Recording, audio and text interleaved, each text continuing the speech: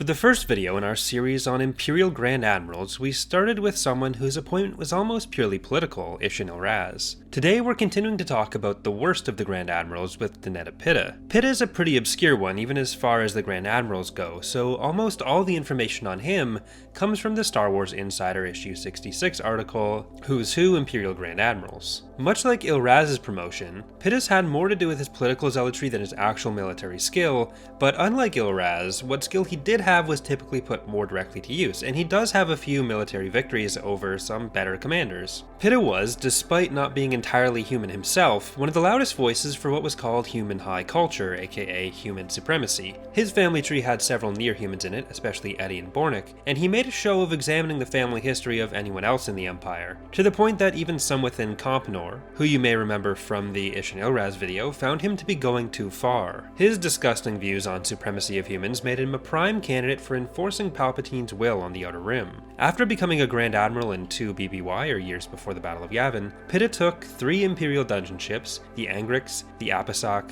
and the Azgok, and with them he, quote, roared through the Outer Rim, depopulating alien homeworlds and dooming their inhabitants to slavery or vivisection. Some of the activities of these ships do show up in Boba Fett Agents of Doom, although Pitta himself doesn't. Instead, Mir Torque, an admiral who presumably served under Pitta, shows up. Again, much like the name of the Grand Admiral's origin and with Companor, we have some clear allusions to the Nazis. With his view on so-called purity and his position in charge of dealing with the inhabitants of newly conquered territory, I think in this case he'd be most directly based on, or at least similar to, Alfred Rosenberg, though most characters have a few different influences, so it's not exclusively one person. Part of the original cut content for the Grand Admirals has Pitta take his flagship, the Impenetrable, which was officially named in the Complete Encyclopedia after having been cut itself, to the edges of Hutt space and forming his own warlord kingdom before heading to Corellia after the death of the Emperor. Officially though, he headed pretty much directly to Corellia after Endor, setting himself up under the Diktat, the name of the Corellian ruler,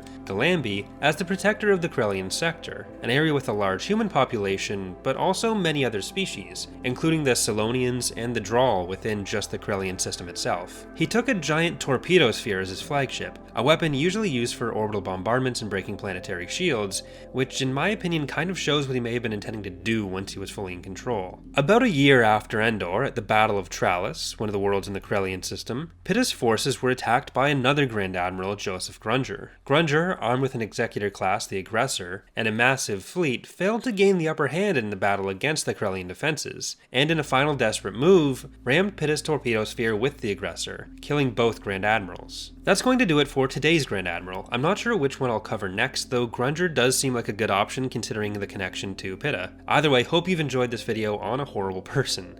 Thanks for watching, and I hope to see you next time.